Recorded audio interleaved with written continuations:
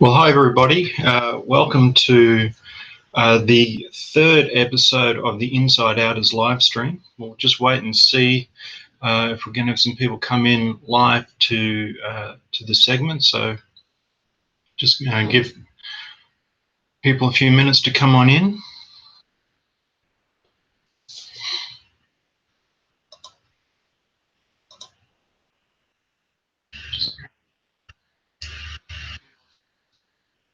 Let me pause that.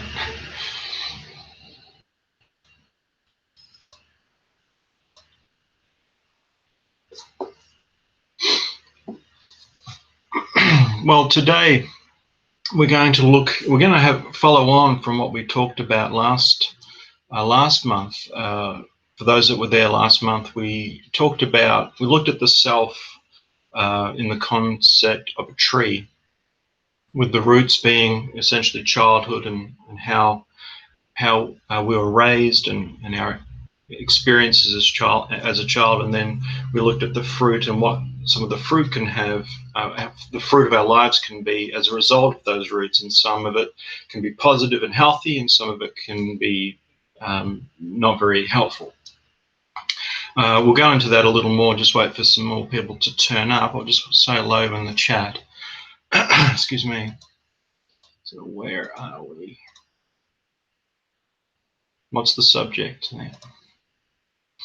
So if you're turning up, maybe just say hello and just let us know where you're watching from, just to create a bit of a community atmosphere here. Let me just minimize this. For those that aren't aware, I live in Victoria, which is a state at the southeast of Australia, and live in a small country town, and so that's where I'm coming from today. Where else are others coming from today? Where are we? Canada, awesome. Virginia, USA. Hello, Alona. I hope I'm saying that correctly. All right. So I'll make a start and just allow people to keep coming into the session. So for those that aren't aware, I'm a counsellor. I've been counselling. This will be my 10th year as a professional counsellor. I started in a practice face to face with people for probably the first 7 or 8 years, and then as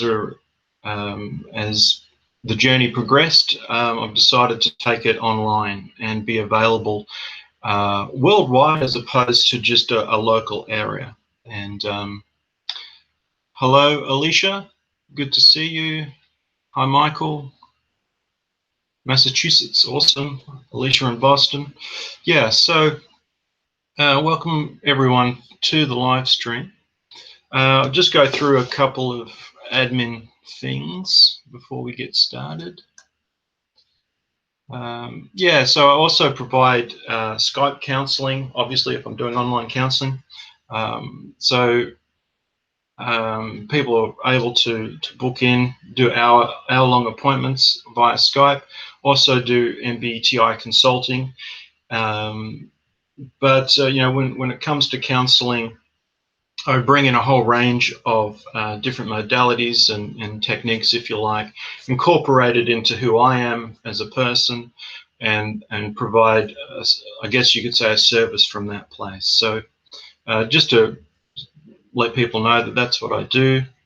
So I guess just to say that the information that I provide is a combination of my training, my own life experience, 10 years doing counseling. I think I've seen, nearly 4,000 hours of face-to-face counseling, and that with it comes a whole lot of experience. And so a lot of what I present comes from that background. I've got a degree in counseling, so just to put all of that out there, it can be important for people to sometimes have that information.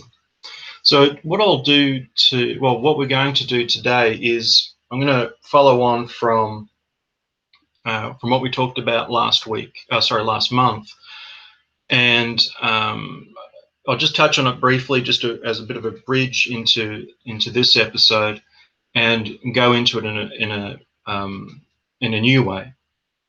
And I just invite questions, if there are questions along the way, if you could save them to near the end, if you're still with us, just so that I can engage with your question instead of just sort of funneling through the comments, sort of killing time doing that. So that would be great. Also, I do have a Patreon account, obviously very optional. If you want to support the content that I make and just sort of be, I guess, a bit more involved with the channel and support it, even a small contribution is welcome. I do it anyway, this content anyway, but if people want to do that, they're welcome to do that, and there should be a link in the description somewhere. Okay. All right. So I'll just go back to the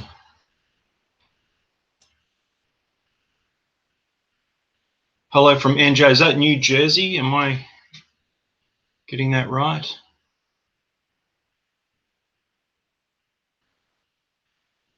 Okay. All right. So let's just get stuck into it. So last time we were talking about the self and the concept of a tree. Now, I just want to, I guess, first mention that there's so many ways of looking at the self, at self-development. A lot of crossovers with different ways of looking at it, and I don't think there's one true way of doing that, or the only way. This is just a way of helping to sort of delve into the area of self and childhood and development to help either answer questions, sometimes even answer questions we didn't know we were asking, and as a lens to look at our own journey to see what comes up for us. So while you're watching, I guess I would just encourage, if like some of the examples that I give might not be true to your experience, but the atmosphere, if you like, of what we're doing, the themes that we're talking about might kind of create a lens to notice some things about your own journey or what's going on within yourself. And really, this is just about creating a space to sort of have some of those moments, if you like. Some of it can just be either interesting or just different ways of looking at things, can be helpful from that position, but it could also have a personal impact as well. And my hope, in a sense, is that this space has both of those, both sort of interesting and intellectually, hopefully stimulating, but also has a personal impact. So, okay. So let's just quickly recap. Now make sure I better move that. Okay. You have to bear with me with all of this stuff. It's still fairly new to me. So let me make sure that we're going to get everything. Yeah. So I'll just do the tree over here. We'll use colors just to sort of help with the process.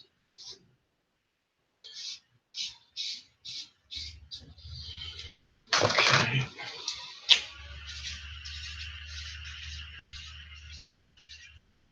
Okay, so just a quick recap. We talked about in the second episode that we can have our childhood essentially is down in here, and the roots signifying, you know, what was put into us, what was built into us growing up. And we can have a combination of positive and negative and unhelpful and all of that going on. And some people can have very traumatic childhoods. Others can have great childhoods with maybe just a few pieces here that just didn't quite work for them, that affect them in their adult life. So in a way, when we're talking about this, we're kind of looking at maybe somewhere in between. You know, there were problems in relationships, or there was something not quite right in our childhood, and that's essentially what we want to explore. So we can have trauma down in here, some forms of abuse and neglect, that sort of thing, and then that leads to you could say pain, in the sense that where our environment isn't conducive for either safety or stability, and so we end up on an unconscious level thinking that there's something wrong with us, that I need to change something to make the environment better. Let's say we've got a disapproving parent. The child internalizes that as there can't be anything wrong with them, there must be something wrong with me, and then start to mold behavior and put on a mask to hopefully get approval. That's just one way that it can go. So we can have all sorts of things going on in childhood. We could have had a good childhood, but the peer environment was very problematic. We weren't safe in school and things like that. Bullying, or could have had an experience, a peer experience that was very damaging. Even down to like families that moved around often, you know, moved from state to state and weren't able to really get their roots down deep, form long-term relationships. They were always uprooted and moved, and that can have an impact on a person's development.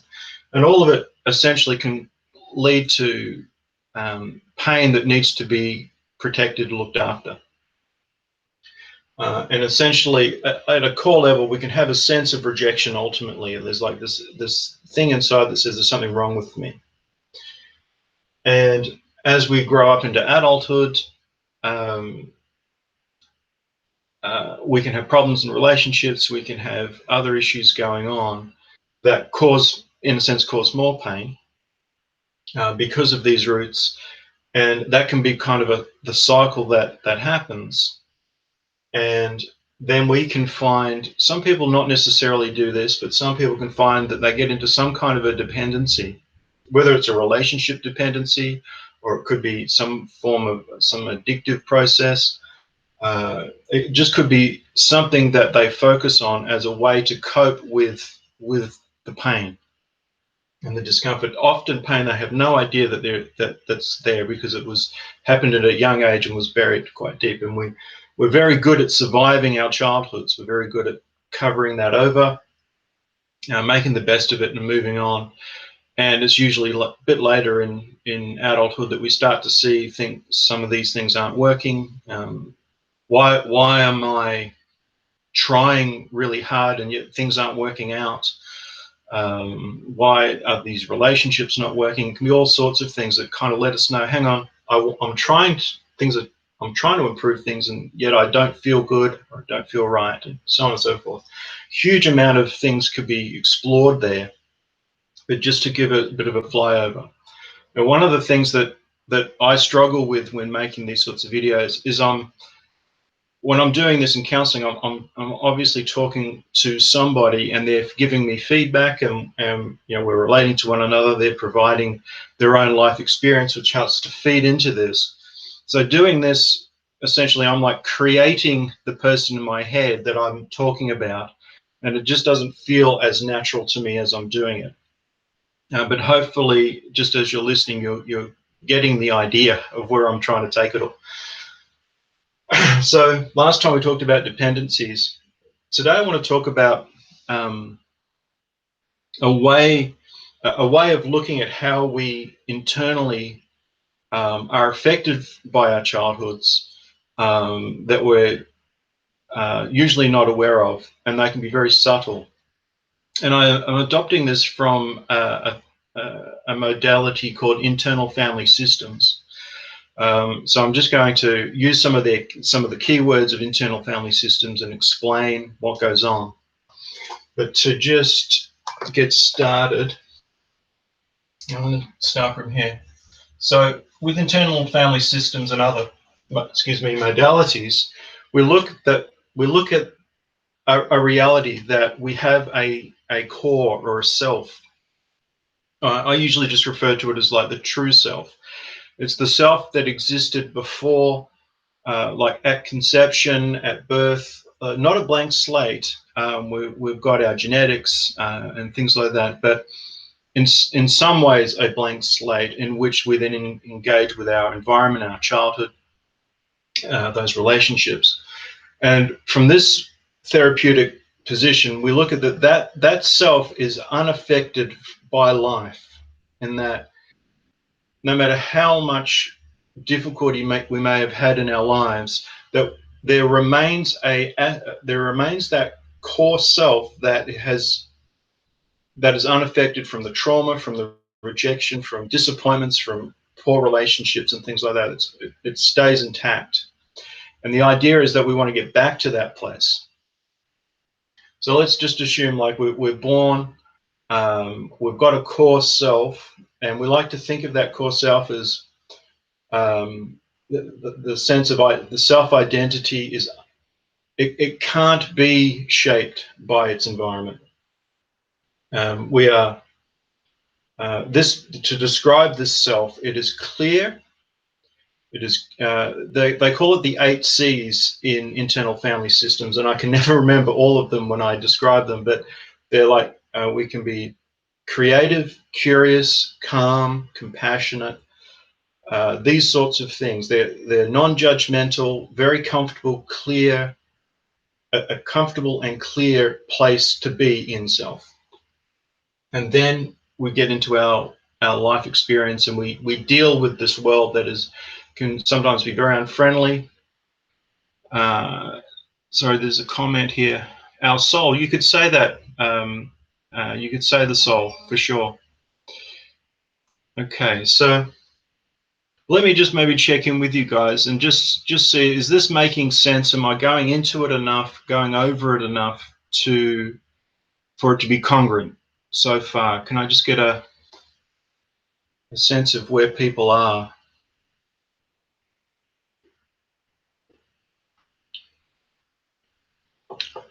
Hi, CZ. Okay.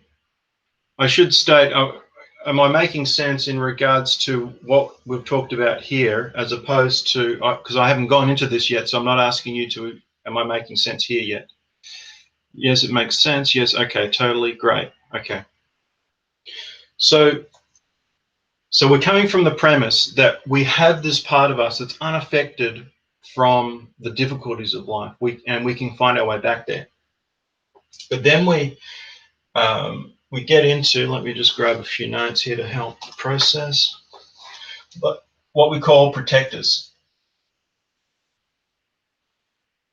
or managers.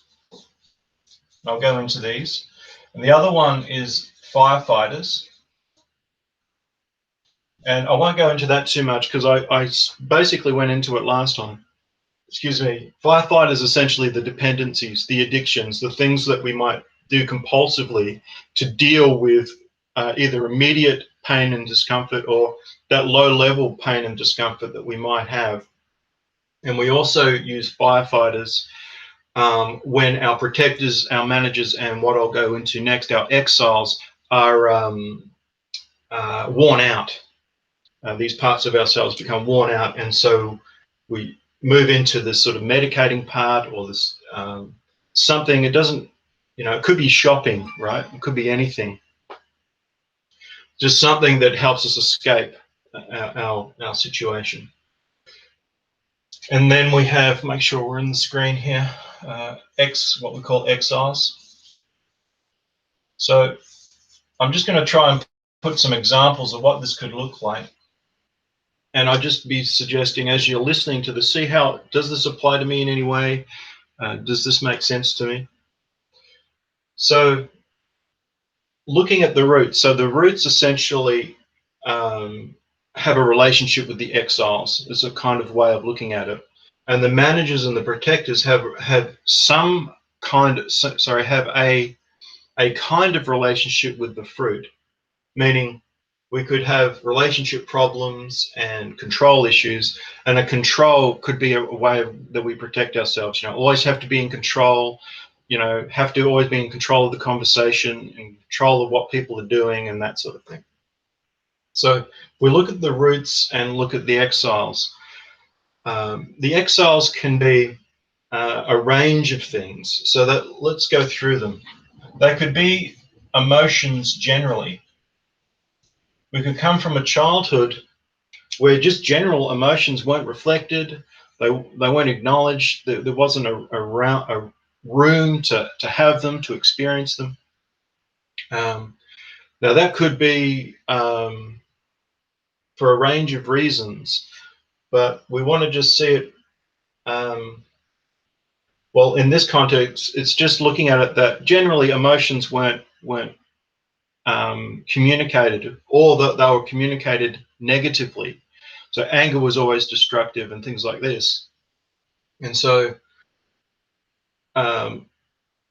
we could see emotions as bad because whenever they were shown out in the family system, they were destructive and negative. And so we don't want to show any of those emotions. We want to hide them. Another way it could be is more specific emotions could be exiled. And what I mean by exiled is that we disconnect from them ourselves somehow. So it could be an exile is it can be a memory, it could be emotions. Generally, it could be specific emotions, anxiety, fears, things like that happen to us that we disconnect from. We exile them. We separate from them internally. And then our protectors either trying to protect us from feeling these things or trying to protect the exiles from being seen in the world. So it can be a dual kind of thing going on there. The protectors are trying to keep people away from the pain, and sometimes the protectors are trying to keep, in a sense, the self or the exiles from feeling the pain or the memory or the whatever it is. And you can see it in counseling quite often when you might ask someone about their childhood, and they'll say, I had a fine, good childhood, it's like any other childhood in those days, sort of thing. But then you'll go into it. Well, what was it like? What was the relationships like? What happened here and there? And you find that some significant things happened that they normalized, that actually had an impact on them that they weren't aware of at the time because they're too young to really figure it out. And then they disconnect from that. And then when they look back in their childhood, they don't really look upon that. They just look at, oh yeah, that happened, this happened, and kind of normalize things that were actually quite unhelpful for them. So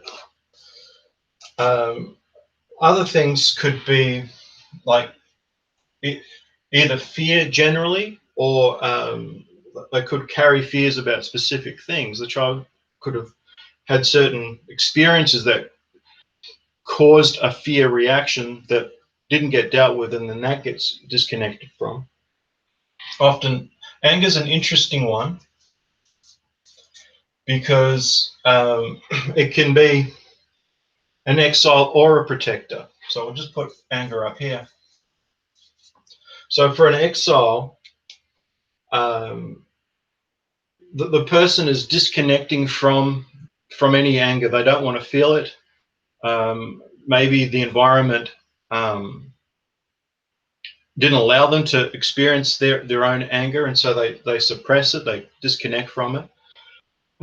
Or it becomes a protector, and when certain things happen, the anger is there to push out and protect some other exile underneath that might feel threatened.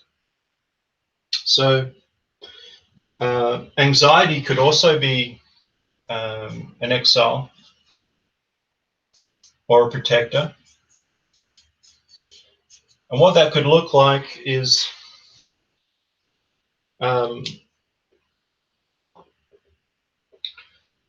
as a protector, a person could just present in an anxious way all the time. You know, they're very flighty, skittery, moving around. They don't seem grounded. They seem kind of always active, and but not a like a positive activity. It's a I don't want to stop for less than a millisecond because I might become aware of my anxiety, and I don't like that feeling, and so in a sense they're driven by anxiety. I hope that makes sense. So really anything could be down in here. Like I said, we could have memories, certain events that took place that that we don't want to remember. A clear one, in a sense, one that actually can accommodate all of these is rejection, which I referred to as a root, potentially a root down in here. So let me just check in with the comments just to make sure that we're still all on the same page.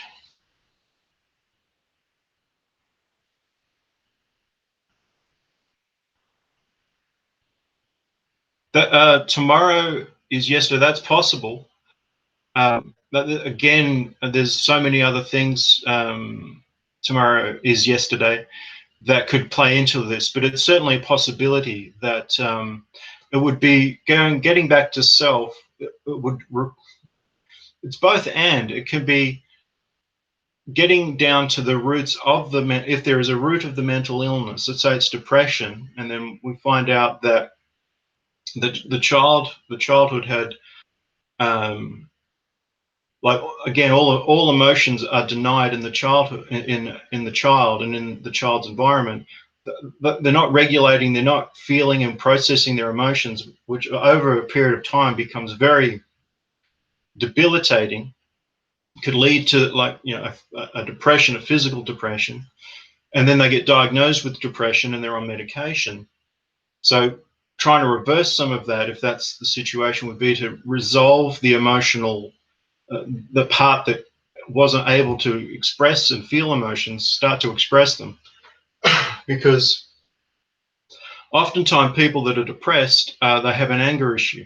Anger unprocessed goes inward. And if we're talking about a childhood where negative things were happening, it's normal to feel anger about it. But then if that is rejected in us, then we suppress that anger, it can turn into depression. So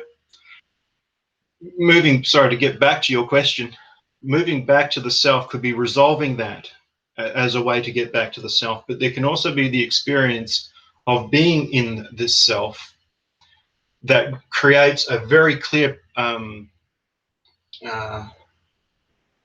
what's the word?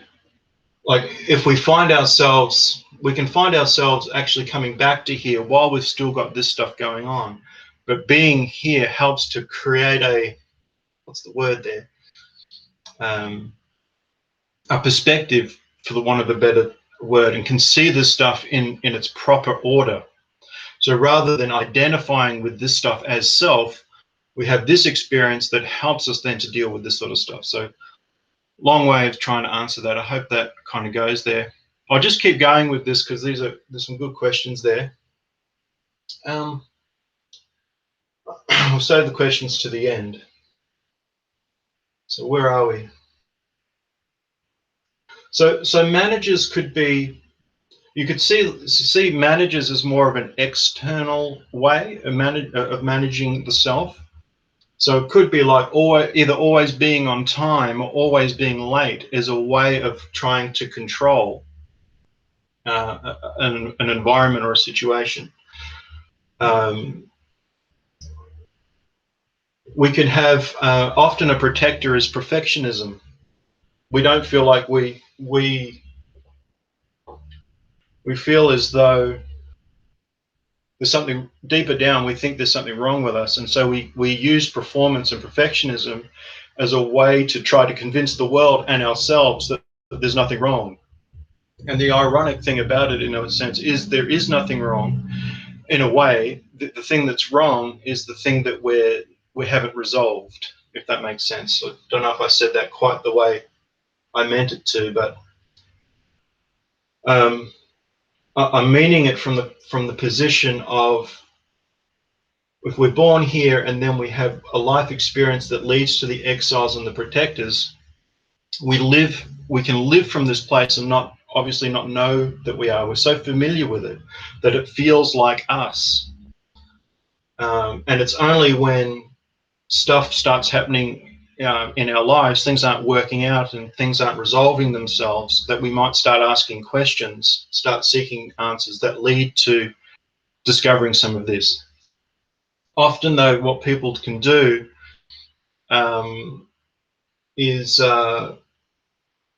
try and fix this stuff, change jobs, even though they might need to change jobs, but like change jobs or tinker with this sort of stuff to try to resolve some of this. And for those that follow the MBTI content, I think for a lot of people, that discovering the MBTI, while it has areas that are very helpful, then are really deeper down trying to explain some of this stuff that the MBTI can't explain, and that can be a bit of a trap.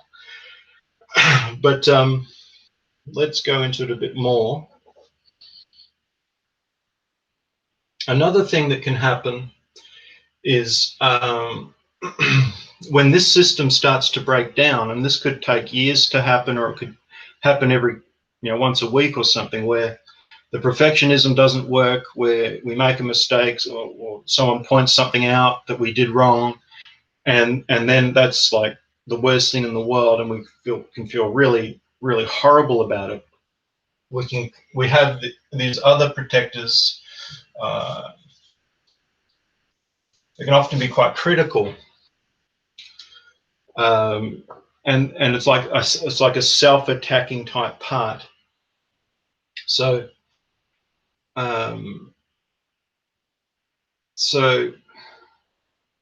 what it can look like is, it's like the perfectionism doesn't work, and then this critical part comes in to sort of chastise this part, this protector, so almost trying to whip it into shape. You silly, stupid idiot, you should do better next time. It's like, I call it like negative encouragement, sort of trying to like inflict pain upon the perfectionist part in order to lift its game, to not bring pain to an exile. And the reality is that all protectors are trying to help in some way. Even the critical part is trying to help. They're all trying to do their best within their limited scope to protect this whole system. So even the critical part is actually trying to help, in the sense of, if I can whip these other parts into shape by kind of going after them, then this part doesn't feel, this rejection part, for instance, doesn't get experienced. And in a sense, that the critical part sees that is a successful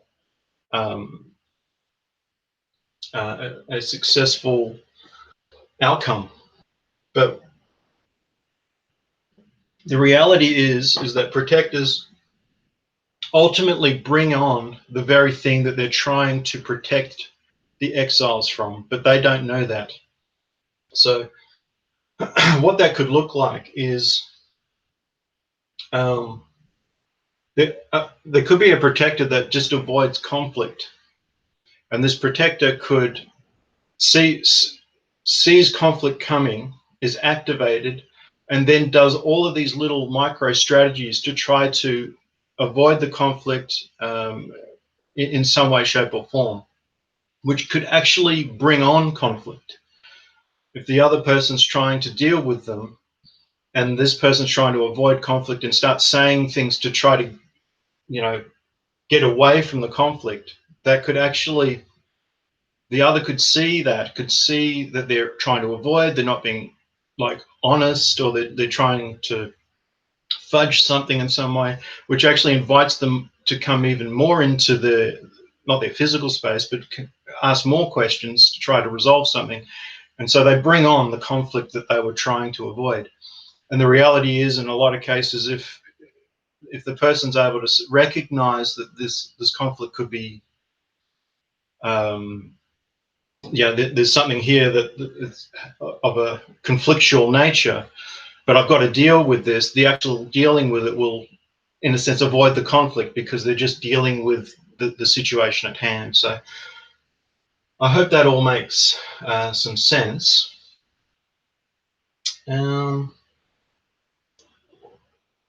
There could be, like, a protector could be sort of argumentative. You know, everything's got to have a fight to it. Everything's got to be argued, and that could just be a form of self-protection. Another protector could be, like I've said, just avoiding any form of conflict. Like I said earlier, I find talking about this without a real life person to engage with a little bit clunky, a little bit, because I like that intuitive work of actually working with someone through all of this sort of stuff. So I'm doing the best to describe it without someone here to sort of engage with it on. But just to share it from a different place before we bring it to a close. So where are we? There. So again, I have a belief and have seen that we have a true self. We have a core that's unaffected by all the trauma, and that we can get back to that place. Life happens, and pain, the pain of life can occur in our childhood, which creates exiles. So we're in pain, the environment's not safe in some way, or we've had an experience that we haven't been able to resolve, and it could be very innocent but still create an exile, in the sense that there was no motive from anybody or anything to wound the child, but the child internalizes it anyway, because the reality is a child can have real and imagined rejection, in the sense that there wasn't the intention to reject from the other, but it was experienced as rejection, but it's imagined in the sense that it was actually intended. But for that child, it doesn't matter. The imagined is just as real as real rejection, real obvious rejection. So exiles are created. We disconnect from parts of ourselves, from experiences. To do that, to survive that, we can create a whole range of different ways to protect ourselves internally. And then, in a sense, up here is the world. And what a lot of people do is, well, a lot of us do, I should say, is we live from here, and we're trying to manage this all the time. And as part of our journey to figure life out and whatever, we can come across a whole range of different things to improve life, if you like. But just use a few key ones, because anything could be there. Like if we've got a fearful exile, and we don't necessarily know that we've got the exile, but we know that we're feeling intimidated, you know, we just feeling like we need to toughen up, so to speak. Someone could use martial arts as a way to build confidence. In and of itself, it's not an issue, but it won't really deal necessarily with the exile, but it certainly might make life a little safer for them and things like that. So anything could exist up here. But the MBTI, because this is, a lot of people are coming here from that place, is we can come to the MBTI from here. Now, this isn't for everybody, and it's not the truth for everybody, but I think there is a pattern that people come to the MBTI, discover their type, and that actually helps to explain a whole lot of things. And in the explanation of it, some things can just drop away. You feel understood, and so, you know, that part that has never felt understood kind of starts to get some resolution. But it, in a sense, the MBTI can't explain this. What it can do is help us to understand, if our type is such and such, then how might I have experienced those things in childhood that would have helped set this up? I think the reality is the MBTI and the cognitive functions and the way that it tries to explain things actually does have like roots, if you like, that come down that could explain an aspect of the true self, in the sense that we the way in which we see the world, the way we process the world, and so on, could have an element of the true, if you like. And now, where am I in all of this? But it can't explain all of that. But sometimes I think people do try to explain some of this based on type, which is a trap. There was more I wanted to say on that, but it's just escaped me for the time being. But another one, which is a bit of a hot topic, but let's go there anyway. Religion. Can you see that? Yeah. Nothing wrong with it, but a lot of people can have this going on, and people can have true real life religious experiences for certain. But what can happen is in some way, some of the comfort, if you like, that comes from religion is actually serving this. And some of the certainty that it provides, the structure of it, helps to bring some containers, if you like, that help to sort of settle some of this down. And all of that, I think, is fine. I think that, to that extent, that's great. People can also have a religious experience that brings them down to here. That's true too. But sometimes the way in which we engage with some of these things up here, whatever they are, ends up just trying to solve, try to contain this, and this is all subconscious. And if it's happening from that perspective, this won't work. This won't work. This is very limited in the answers. The questions that it can answer. And sometimes, same with this, at least from the way I'm coming at it. This probably requires a lot more to talk about, but just to sort of put out there that we can engage with things in the real world, ideas, concepts, all sorts of different things, but we can be looking at it from here and not from down here. And it's usually the pain of life that causes these exiles to emerge, because the protectors ultimately can't do it. And then it can lead to like an awakening. Okay, if this isn't who I am, then who am I, sort of thing. And the way we look at it is that the more self-aware we become of these parts, if they're there, the more in self we are, because these parts, for the most part, they perform a role or a function and to that extent they don't have the perspective. True self has in a sense has the perspective to see things from different angles. Different parts can see things from different angles, but they're limited in their scope. So when a threat is some kind of a threat comes in that threatens an exile, a protector kicks in and does a certain thing to manage it, if you like. So anyway, I hope that's a good explanation of things. It's a flyover. It's a way of introducing concepts and ways of seeing the self. It doesn't answer everything, and there's probably some holes in all of this. But to the extent that we explore it, we ask ourselves: is there any truth in this for me? Is there anything that I'm experiencing, or I'm aware of that this could be talking to? And to that extent, it's successful. So anyway, I hope that all makes sense. Okay. So, I mean, if there's any questions on any of this, feel free to ask them. Or if you just want to make general comments, feel free to. I'll just quickly go through here and see if there's anything.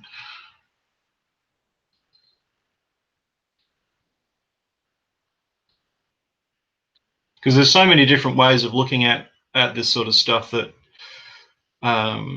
you know, it's all good stuff.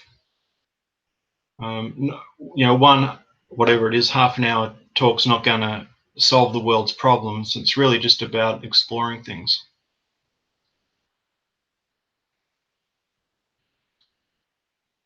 Oh, I get the answer. Maybe he could answer.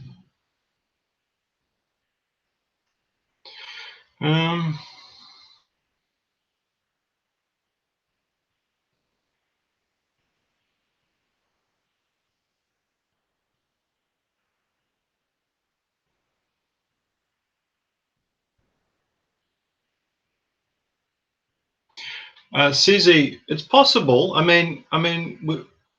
Sorry, I should answer what you're saying here. Is it like turning to music as an escape? It could be. It could be. It's all like looking at it as possible, as opposed to kind of trying to like place this on top of that. Because some people, it's really the why, like the why of turning to the music, and what does that uncover? And the reality is, music can be a very soothing place, a very like a healthy place to go as a bit of a sanctuary and things like that. So it's not that necessarily something like that is a problem, but it's just about asking the question: could the turning to the music be about something else? Could it be trying to cover something else, and what could that be?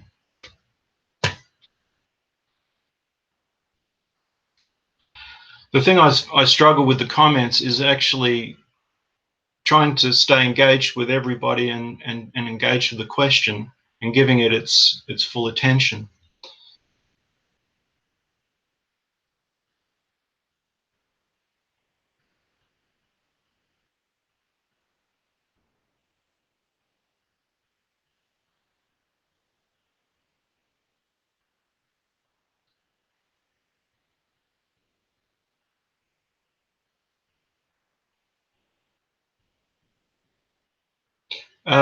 Tomorrow is yesterday. Dissociation possible? Definitely can be part of it. Yeah, I'd say dissociation is more the when we're talking about dissociation as on a spectrum, you could say it's like a very like a well, let me say it this way: what I presented, we could all create a chart and put some stuff in it. We could all find protectors, exiles, and all of that.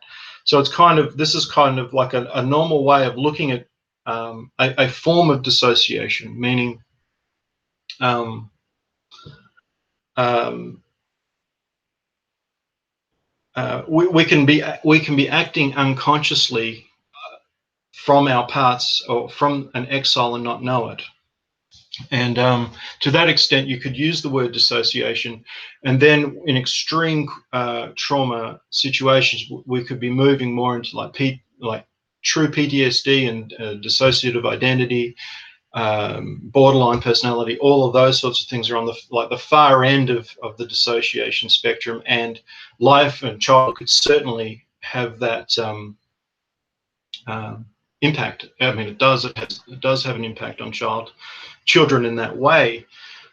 This is not that, though. If when we're talking about this, we're not talking about I guess the label of dissociation, or this is how you're dissociating, this sort of thing, because I think it's putting a load on a person that's unnecessary. It could be just overdoing it, creating a complication, because we all have unconscious parts. We all have things that we can be doing and not be aware we're doing them. So I hope that kind of rounds it out a little bit.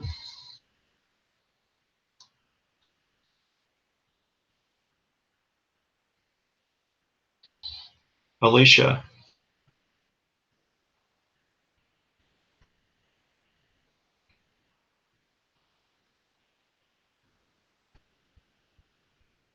Okay, Alicia says, you said something about the 5 C's. It's actually the 8 C's of the self. And like I was saying, I can never remember them all, but let me just read your comment.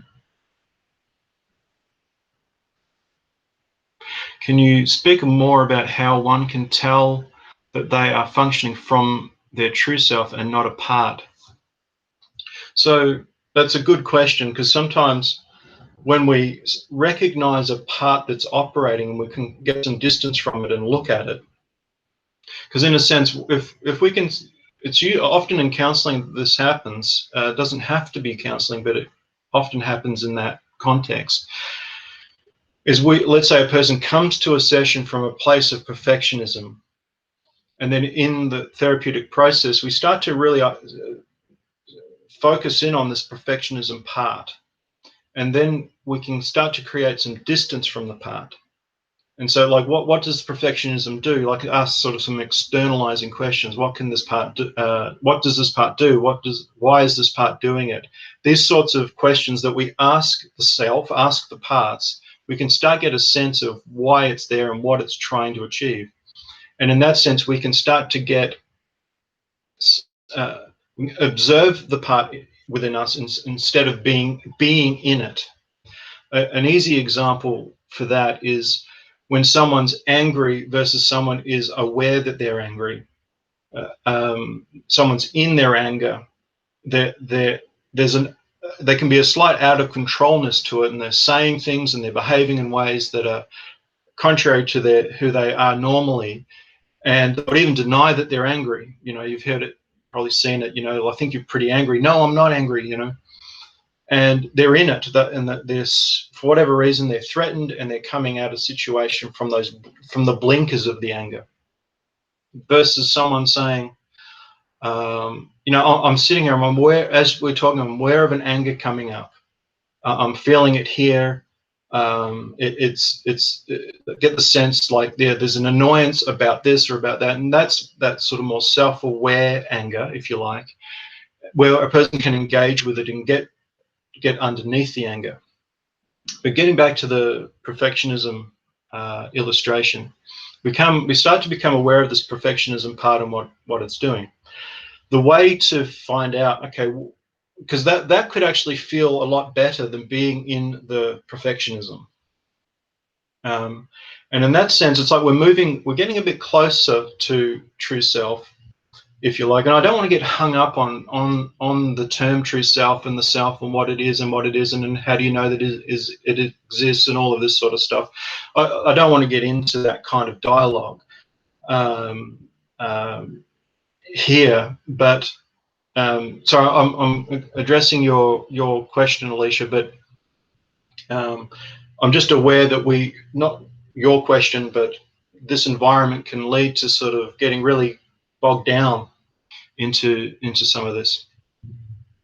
But we can ask ourselves, how do I feel towards the perfectionist part? So we ask ourselves that question. And often people feel like they're in a better place, and I think in a sense they are in that moment. But very often, it's interesting, people will actually say, well, I'm annoyed at it, or I hate it, I don't want it there. And now we're becoming aware of a part that's critical, like the critical negative motivator that's annoyed at the part because it's aware that it has other consequences, or it's annoyed that it's not performing to the extent that it should, and so there can be a negative judgmental attitude towards the part. And that's often a bit of a trap for people, that they think they've separated from the perfectionism, and you could leave it there if you like. But asking that question, how do I feel towards the perfectionism, we start to reveal other parts. And so we go, well, okay, if the self is non-judgmental and is, you know, all of those things,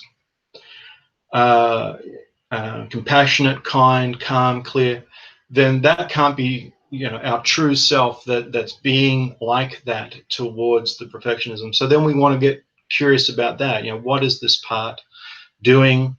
Where is this coming from? And that could have historical connections. It could just be a part that was created throughout the process to deal with the perfectionism, to try to keep it going and enforcing it.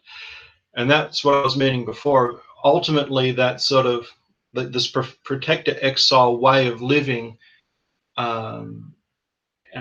can be very exhausting, very tiring for people, and very often at some point, like it breaks down. They can't maintain this level of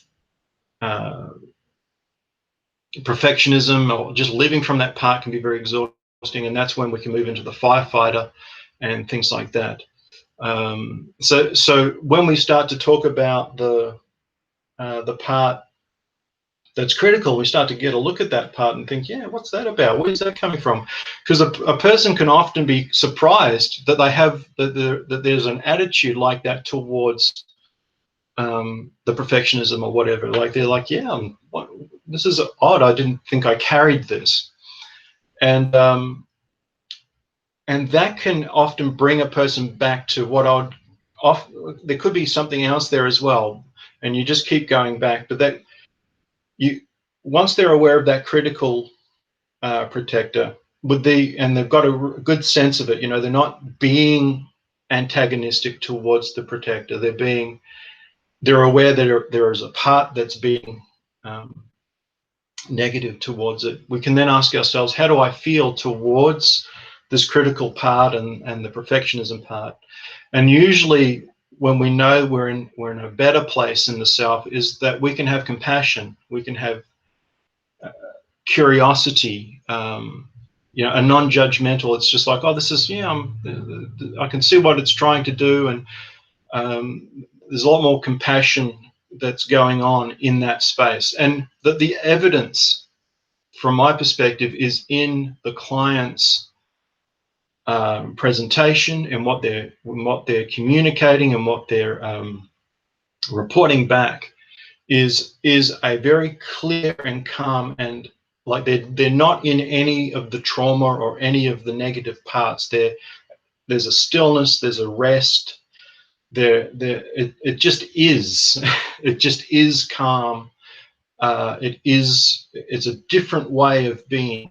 Let's put it that way.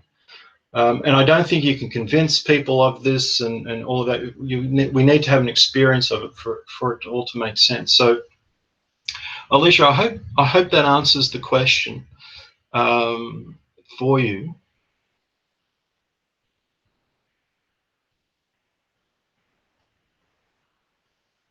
No worries, Alona. I'm glad to hear that.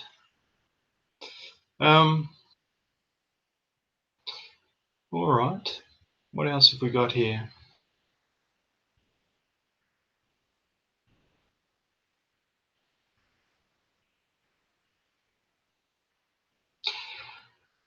So tomorrow is yesterday. You're saying, your comment is, so you're saying that problems happen when people base their identity off of trauma and their reactions to it rather than who they truly are. I guess that's a true statement. Yeah.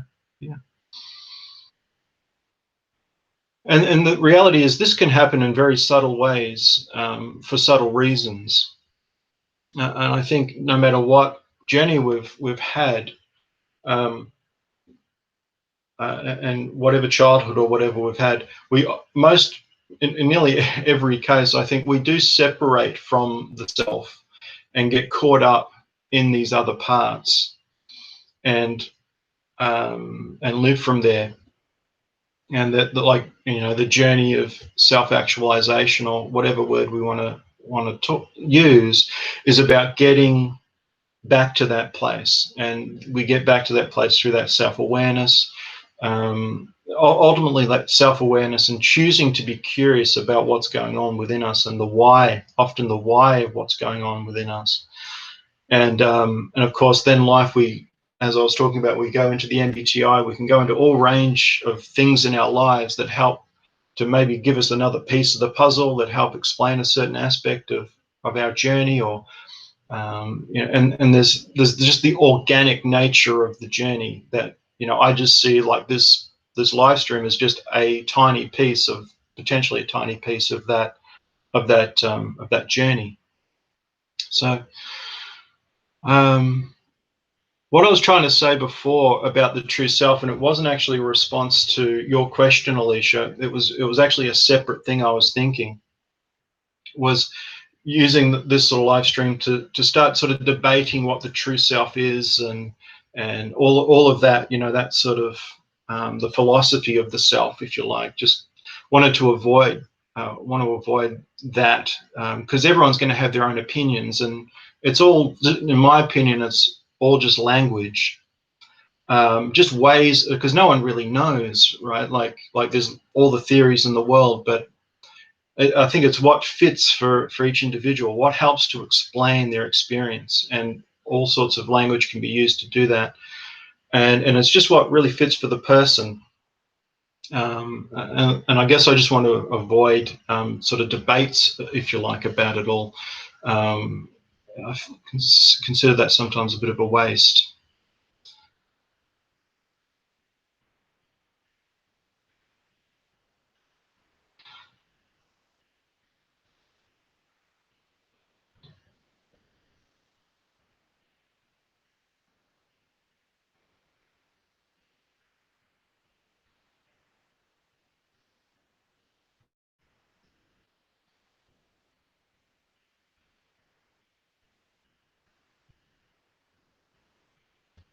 Yeah.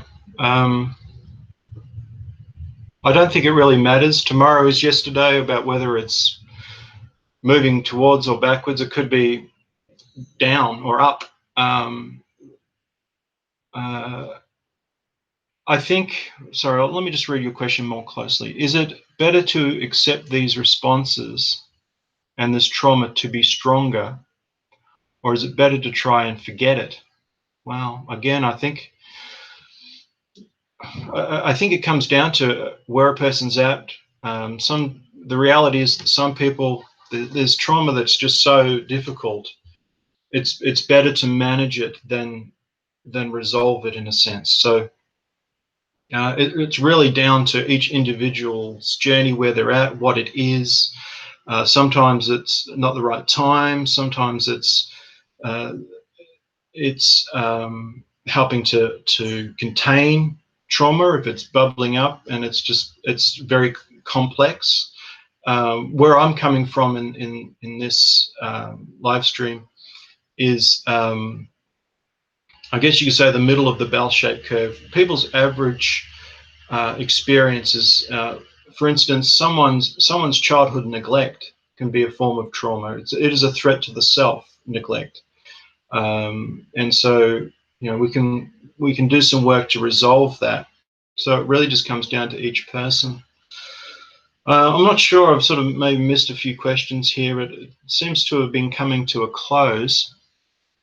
If there's any other questions, feel free to put them up, and I'll just sort of start closing things here. The next live stream will be, for the US, it'll be Thursday night, same time, on the 29th of April. For those in Australia, it will be Friday afternoon, the 30th of April. Where are we? So I hope this, again, it's just a way of looking at the self. It's a way of asking some questions. It's a way to self-reflect. It's like a lens to look at the self, to see if there's anything to look at, if there's any truth about what we're talking about within. And that's really all this is about opening up either more questions, or starting to get a sense of different parts and things like that, as part of one's just journey of change. And this is just a way of looking at it. There's certainly a lot more, could go into a lot more depth, and there's lots of other angles to sort of describe, to go into when we're talking about something like this. But it's really like some of the scaffolding, the scaffolding of a way of looking at the self. So anyway, I hope it's been helpful. I hope it sort of it's been worth your time to come here today. There doesn't look like there's any other questions. So unless there's another one that comes in the last minute, we might just have to leave it there. I'm not sure what the next topic will be about, but it'll still be along the lines of self-development and change and so on. I will just mention I did make a video this morning, or just earlier. I was going to hopefully putting up before the live stream, and I didn't quite get it finished, but I will release it later after the live stream. It's on infj pain and how the infj can be a pincushion, the world's pincushion, and so for those that might be interested in that, feel free to watch. Are you skipping March? That's a really good question, Alicia. I didn't intend to. let me look at my let me look at the diary. I obviously made an error there. So let's change that. Sorry, that was the date is correct. The month was not. So it's Thursday, the 29th of March, at the same time. Thanks, Alicia. Appreciate that. World's pincushion, yes. Balladeer, you're welcome. Glad you've liked it. Yeah.